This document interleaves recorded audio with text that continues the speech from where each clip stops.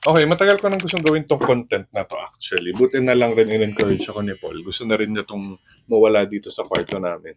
Sure ako na meron din kayong mga ganito sa mga bahay niyo. Yung ganitong lalagyan, yung ipunan ng bariya, ito yung sa amin and gusto na namin siyang mapalitan. So, bibilangin natin.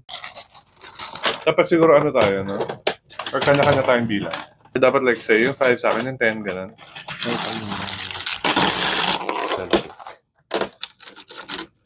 Ako, iipunin ko muna yung mga coins, no? Yung klase. Tapos saka ako na lang bibilangin.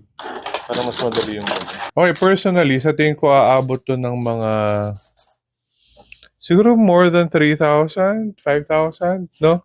Mm-hmm. What do you think? Hindi naman. Hindi naman daw. Anong hula mo? Mga 2,000 lang. Mga 2,000 daw. Let's see!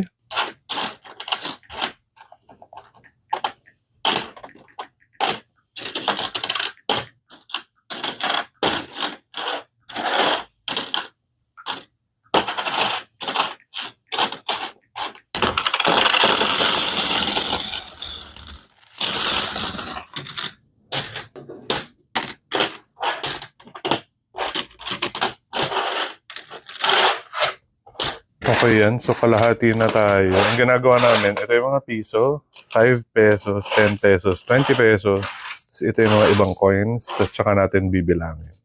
Okay, done sorting. Ito na sila.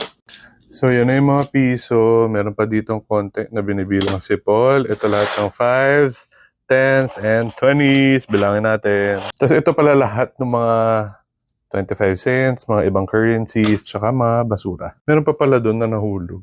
1, 5, 1, 2, 3, 4, 5, 6, 7,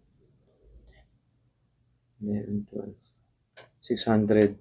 Okay, so na-total na namin siya. Ang total ay 2,041. Not bad. So, ganyan pala ang itsura ng 2,000 pesos na bariya. So, ngayon, balak namin siyang dalhin sa SM para mapalitan. So, medyo masyadong mataas yung hula ko. Pero okay na rin, not bad. Kayo rin, magbilang na kayo ng bariya. So, ayan na siya. And papunta na tayo sa SM. Di na namin sinama yung mga 20s para may bariya kami.